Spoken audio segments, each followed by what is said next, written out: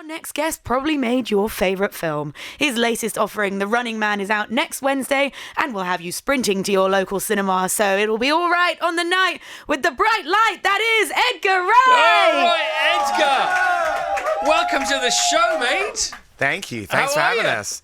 Nice to be here. Are you busy? I have been busy.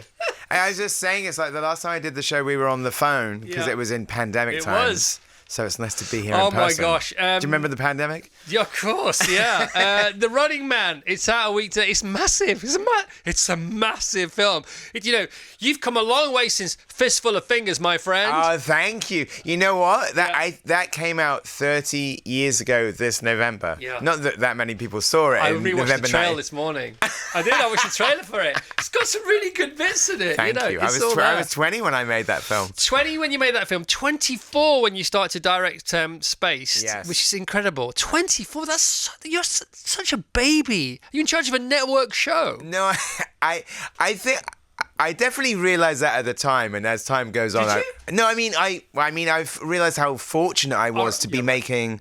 It was sort of also like Simon, Pegg and Jessica Stevenson, now Hines. They were all in their mid-20s as well. So the fact that we all had a show on Channel 4 was at 9:30 on a Friday. They would give anyone a show on Channel 4 in those days.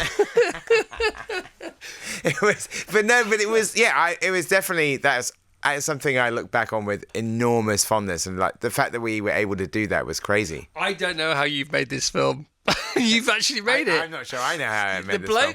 When you go and see this film, as many of you will at the cinema, it's our week today, the bloke who made it is in front of me. How can one human being make that film? Of course, there are loads of people, but you are in charge of it. We'll get onto it in a second or two.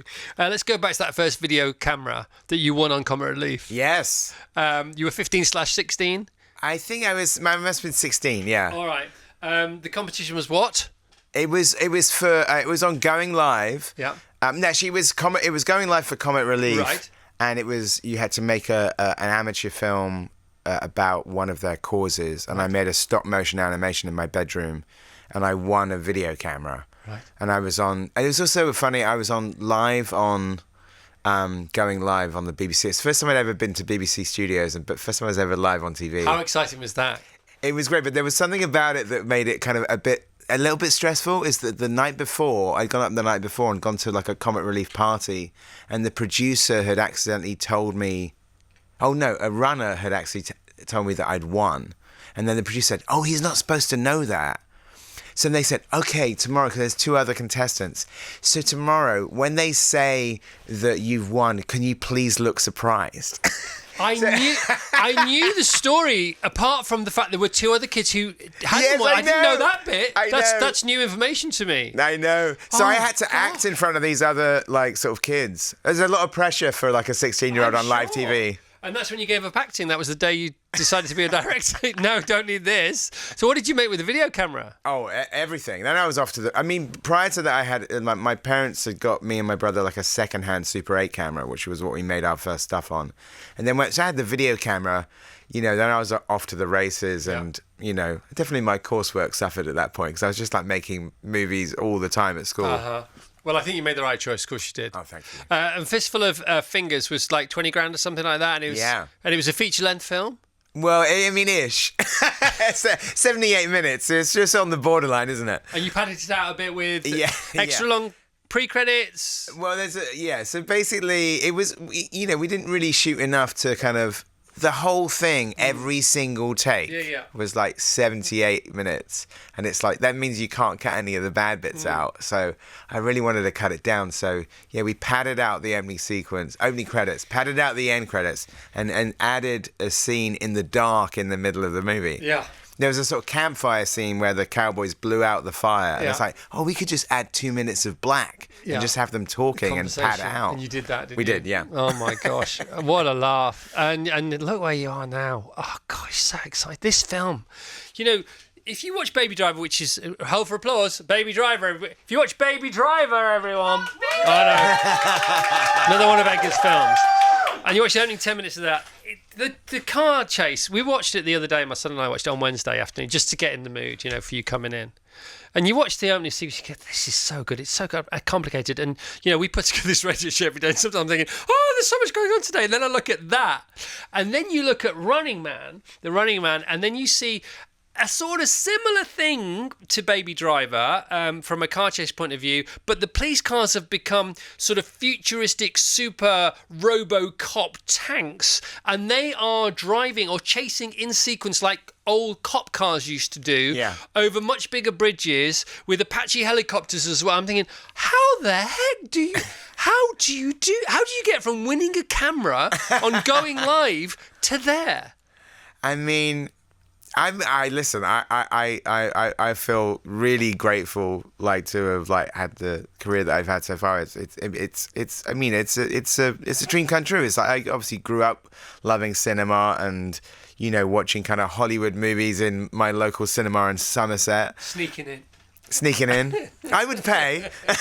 I would sneak into films that I was too young for, but I would definitely give them the admission price. You give them the money, but you have to sort of sneak in. I suppose is the wrong. I don't know. I'm faking yourself because you went for the hair gel, deeper voice, older clothes, and sometimes we've read the book, so I won't be scared. Don't worry about it. Yes, Gremlins. Gremlins, it was a 15 when it came out, and I was 10, and I desperately wanted to see Gremlins. So me and my brother walked up to the cinema manager with a copy of the Gremlins novelization and said, hey, we really want to see Gremlins, and we won't be scared because we've read the book, so we know what the ending is.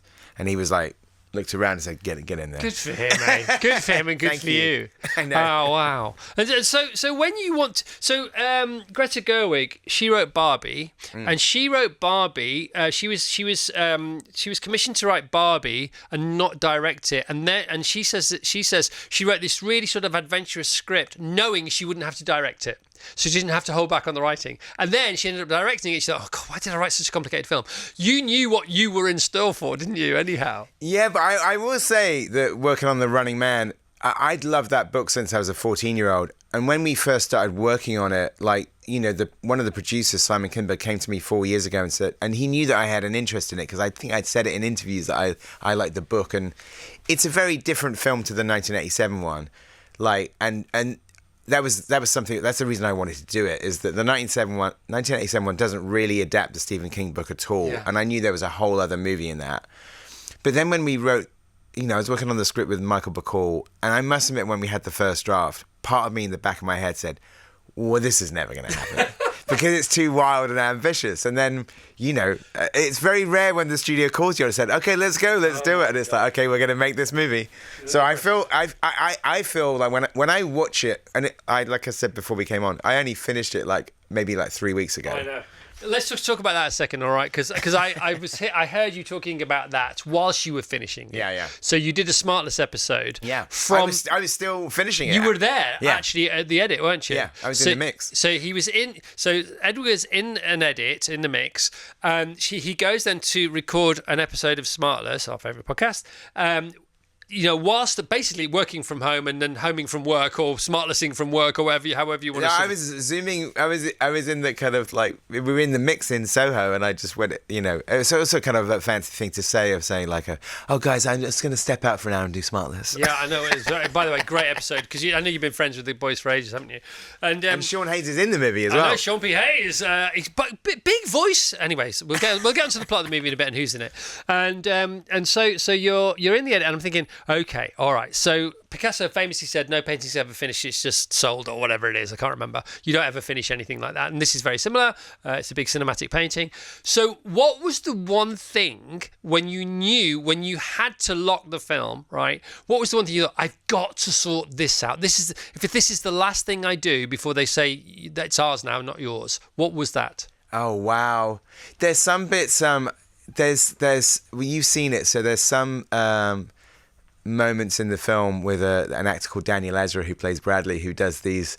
He's kind of like a super fan of The Running Man, and he does these sort of conspiracy theory videos. Those videos, which are kind of like a supercut of lots of other episodes, are so dense with graphics and all sorts that I was literally finishing that right up into the last second, because it's just that like, comes in at the end heavy, doesn't it? Yeah, well, there's two of them, and they're both so dense. So yeah, those are probably the last things finished. In Baby Driver, there's a lot of Ferris Bueller, and which is no bad thing, is it at all? That was one of the films I snuck into when I was not old enough. How good is that? It was film? at 15, and I got into it when I was 12, and oh my god, I was in heaven. Maybe the best film ever. Love it. Maybe we don't ever have to declare the best film ever. You just keep saying maybe the best film ever.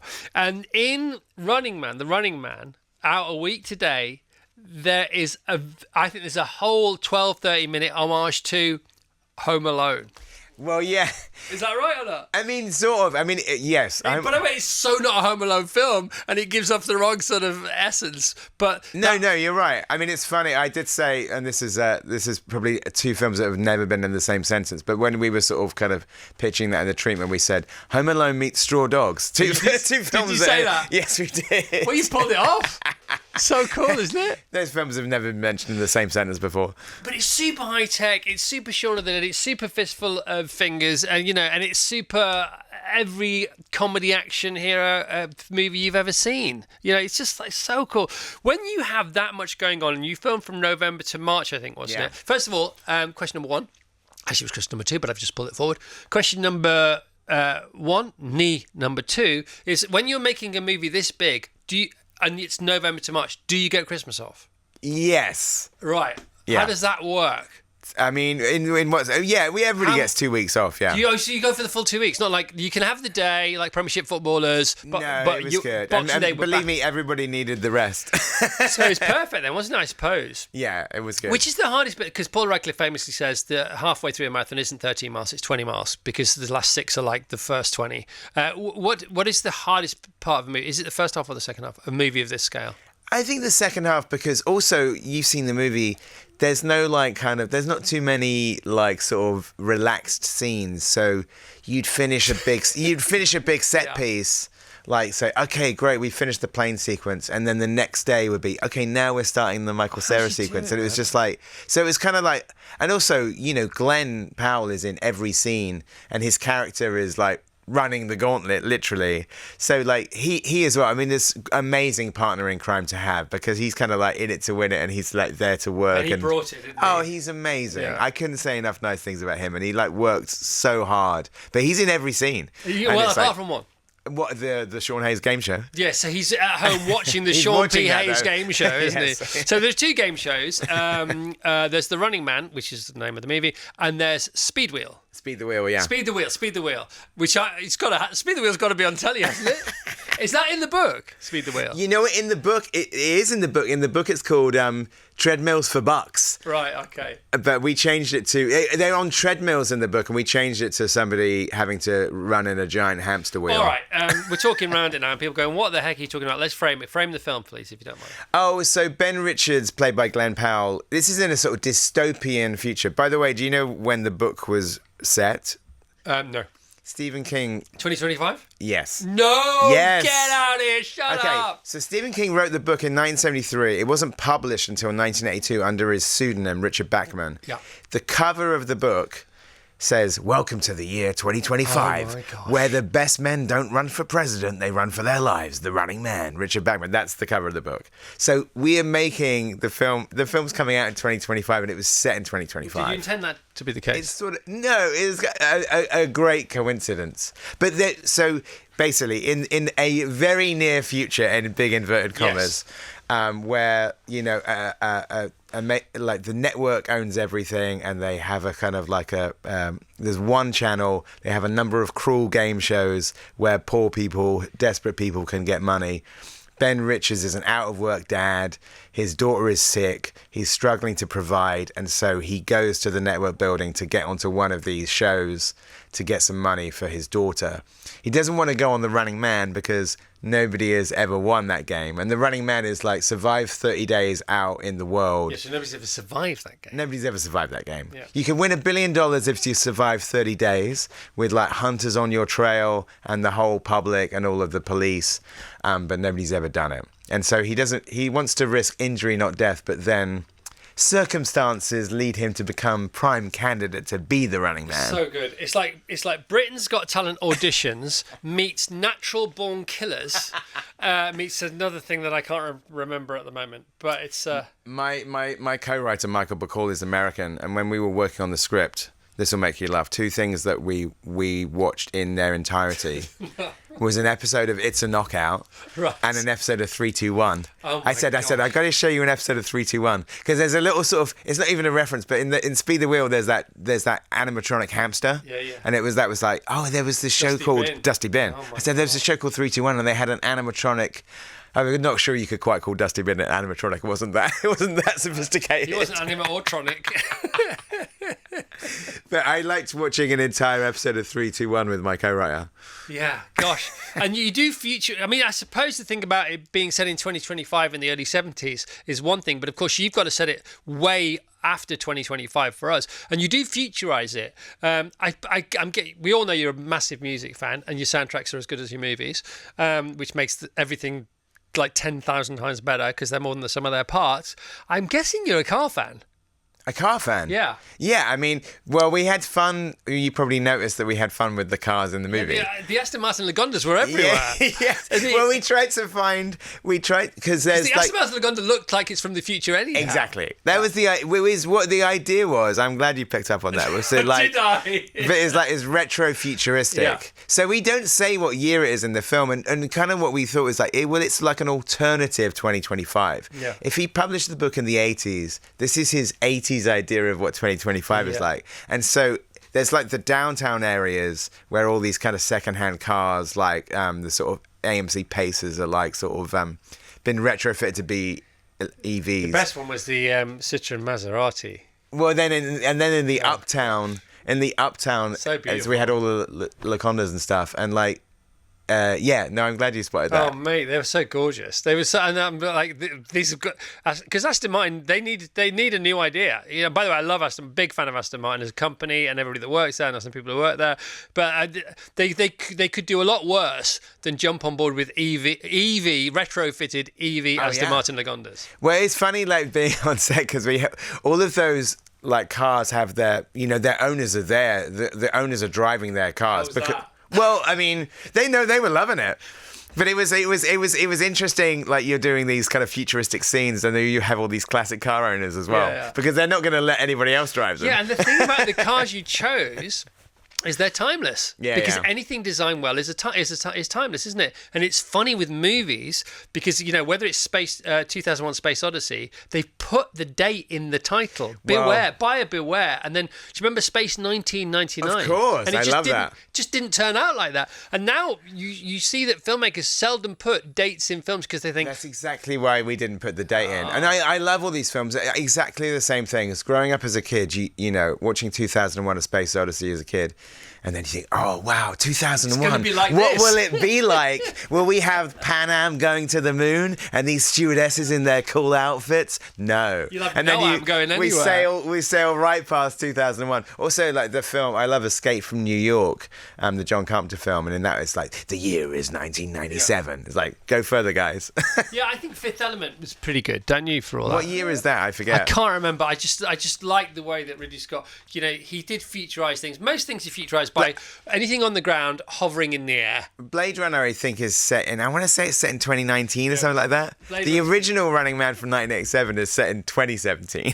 Yeah. No, but don't put a date on it. You're kind of like, you're asking for it in the future. There's no best before or sell by date, is there? But it's fantastic. When you get that many people together, and this is going to be my original question and one about a massive, epic production. What is the most important trait from the boss's point of view? And that is you, whether I can say that you wouldn't ever say that because you've got too much humility. But what's the best character trait to get everybody to do what you want them to do and what they need to do to help the movie succeed? Is it humour? Is it a gentle touch? Is it energy? Is it a fun set to work on? What would you say? I think all of those things, but I think on a sort of practical level, like transparency, share everything, get people invested in it. Because sometimes I think people work and they kind of close themselves off and sort of try and, make it a secretive process, which is strange to me. But in terms of just get everybody invested in the movie and sort of make them feel part of it.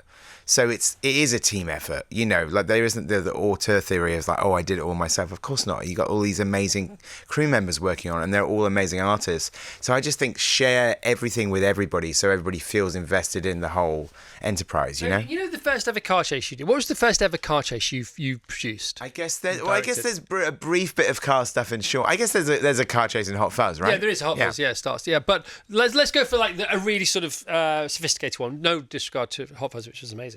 Let's go for Baby Driver again, right? You've never done that before. Do you go to car chase school, or who do you learn that from? How do you figure that out? I mean, you get a great stunt coordinator. Right. The stunt coordinator on Baby Driver and The Running Man. Actually, he was the stunt coordinator on Baby Driver and the second unit director on The Running Man, Darren Prescott, who's an amazing stunt person and has also done a lot of car stuff. So yeah, you get the experts in. And what did you learn on Running Man as a director? On Running Man, I mean, I guess the thing that was the most ambitious thing about it and the toughest thing about it was, shooting the 30 days in the wilds. He's like in 3 different cities. He's in the country. So And the circus comes to town. yeah. No, totally. And it's like you did start to, me and Glenn were laughing that you start to feel like you're on the show. Right. Because like the production is on the run as well. You're just kind of Is like... that a good thing or a bad thing? I mean, it's exhausting. Right. Like, so I think the thing is what you learn is you just, as you go through it, is you just have to try and like get through the process and kind of like look after your health at the same time. And the whole thing about the futurizing of the film, you do put things in there that could happen. Yeah. And you're really good at that. I mean, people, that do what you do for a living are really good at that. And some of them, Thunderbirds, Thunderbirds, Aston Martin, Lagonda, whatever you want to call it, and those design classics from the 50s, the mid-mod, mid-mod century classics, they are timeless, they are real, they do work. What do you think in the movie that you've put in the movie that doesn't yet exist might actually come to fruition? I think all of the technology that's in there is sort of exists, but maybe not on a kind of mainstream level. Or we have those cool drones called the rovers that are sort of look a little bit like sort of somewhere between the Phantasm Ball and the Zeroids from Terrorhawks, talking to Jerry Anderson. Yeah, Terrorhawks. It looks like Terrorhawks, doesn't it? The hovering Terrorhawks. Yes. Or the Zeroids. Yes. Voiced by Windsor Davis. Do you remember that? I do very, very well on Sunday mornings, and because they're roving TV cameras, aren't they? And they're super TV cameras. Yeah, and it's like the idea is because it's a reality show where like you're about to get killed. When those rovers come in, your time is up. They're like the vultures. And he gets into some scrapes. You've done that whole Coen Brothers thing where you write yourself into a corner that you can't get out of. So if you can't get out of it, the viewers definitely won't get out of it. And then you figure out how to get out of it, but they haven't got time because they're watching the film in real time, I suppose. Yeah. No, I mean, that's something that's very much from the book as well. And it was great to just take that and run with it. It was fantastic. You know the story about the Schwarzenegger film, about the fact there was a script. There was a script that was very much more in line with the book. Well, also and then he said no, we need to go the other way, and that's why. Well, also I think it's funny. Arnold Schwarzenegger has seen the movie. Like me and Glenn showed it to him last week. I can't believe you didn't get him in it. Well, he's in it. Like there's a reference to him. Yeah. But he saw the movie and he loved it, didn't he? Well, it was funny. He did. But the funny thing that he said, and this is from a man who like sort of starred in Terminator 2. We came out of this. We showed it to him last week because he'd given us photo approval because like this shot's in the trailer, so it's okay. But we did different currency in this alternate universe, so we thought, well, maybe in this alternate universe, people born outside the United States could become president. So Arnold Schwarzenegger, former governor of California, had become president of the United States. So his face is on the $100 bill. And he gave us photo approval to do that. We spoke to him before we started filming because Glenn's friends with his son Patrick, and he gave us his blessing. It was very sweet. And then we thought, we got to show him the movie. So he watched it in a screening room. He came out. I was really nervous. Oh, God, what if he hates it? He came out and goes, oh, it's fantastic. Congratulations. And then the second thing he said, this speaks to what you said, he goes, it looks like it was so hard to make, guys. Oh, my God. So I was just thinking, the fact that you said that, like, and you're in some of the biggest action films of all time. So actually, well, you're like this, and this photo will be out on the internet later. We presented him with a massive version of the $100 bill. Beautiful. He looked like a lottery winner. Yeah, of course he did. Yeah, I love it. And who doesn't love a giant check? No, it's like there's a picture of me and Glenn and Arnie with like a massive $100 bill. All your dreams coming true, yeah. Oh, it was amazing. And beyond, I would imagine. Things you even didn't dare to dream are happening for you now. No, totally. And it's also that thing. I know you know this feeling. It's like after meeting Arnold Schwarzenegger, my first thought was like, I cannot wait to tell my brother about this. And your bro's in the business as well. Is there a travelling Wilburys destination that you want to get to in the next 5 or 10 years where all these people are in a film that you're in charge of? Oh, my God. We have to be a travelling Wilburys biopic, won't it? So, yeah, something like that, I suppose. I hear whispers about Baby Driver 2. It exists as a script. Yeah. We'll have to kind of see, but like it could happen, yeah. All right, mate. Great to see you. Oh, lovely to be here in person. Lovely to see you. Great to see you. Congratulations on the whole of your career. It's amazing, amazing. Let's hear it for Edgar Wright, please, if you don't mind. Edgar Wright, Thanks, the running Chris. man. Out a week today. Sorry, Edgar, briefly, so I don't get interviews regret. Your expectations of the film may be one thing or another. What are the studio's expectations for the film? How does that work? Oh, I mean, they're really happy with it. So they're kind of like, just like, I don't know, they've been doing a great job with the marketing stuff. Are there numbers in mind, or I try to kind of blank all of that out. Okay. I got to come out here and push the movie, but like we're all really excited and proud of it, so it's cool. You've got a good one in your hands. That's the most important thing. When are all the premieres happening? There was one in London on Monday, and then the second one, there's an American premiere on Sunday, so we're flying to New York tomorrow. All right, okay. Edgar Wright, thanks very much. Thank you. It's great to see you. Film Running Man out next Wednesday. I keep saying next Friday, but it's out next Wednesday, 12th of November. All right, thank you. Virgin Radio.